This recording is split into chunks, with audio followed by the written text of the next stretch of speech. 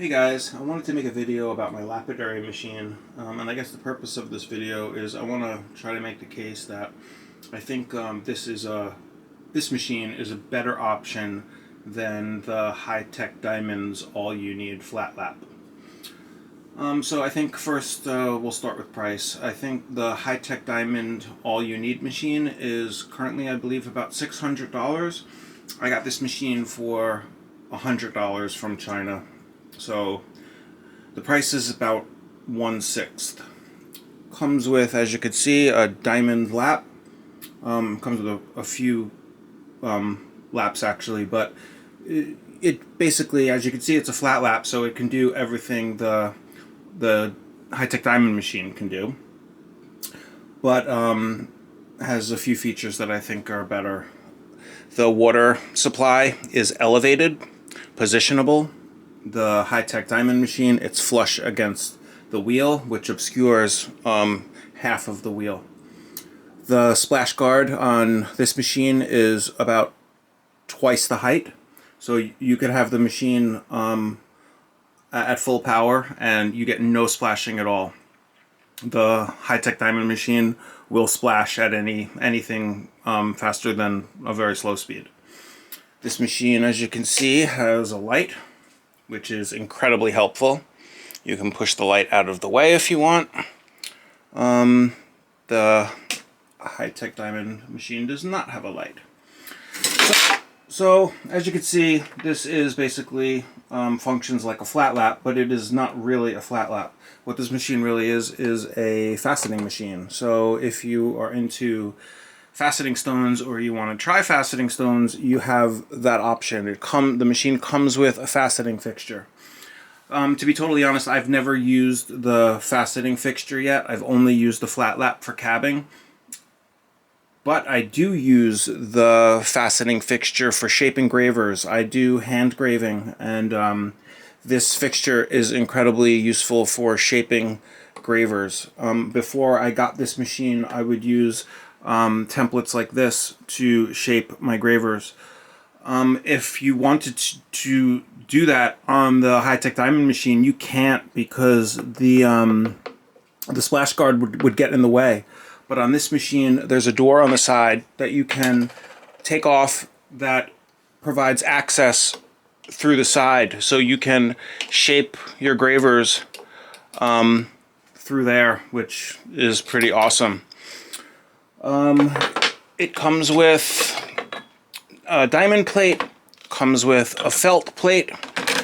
I have a rubber disc for, you charge the rubber disc with diamond paste, and it's awesome for getting high polishes.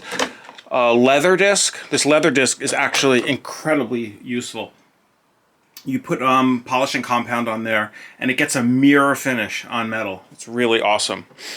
Another cool feature about this is you can take the master lap off, and because you have the side access here, you can now put a diamond blade on here.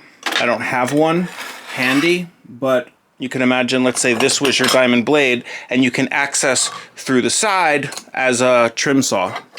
So you can also use it as a trim saw if you wanted to. So that's the basic features that this machine has. It comes with a set of dopping sticks, and I believe that's it. That's everything that it comes with. The plates, the diamond plates, the dopping sticks, and I think that's about it. So that's everything it comes with, but because of the way this machine is designed, it's actually super versatile, and it's been giving me a lot of really cool ideas. Like, for instance, I've fabricated this top that goes on here. Okay, so it snaps in there. Well, first let me put the plate on. I made this plate. This is a custom plate. I don't know if you've figured out exactly what I'm doing yet, but this is super cool. Definitely can't do this with the high-tech diamond machine. I'm trying to reach over the camera, so this is a little bit difficult to get this on here.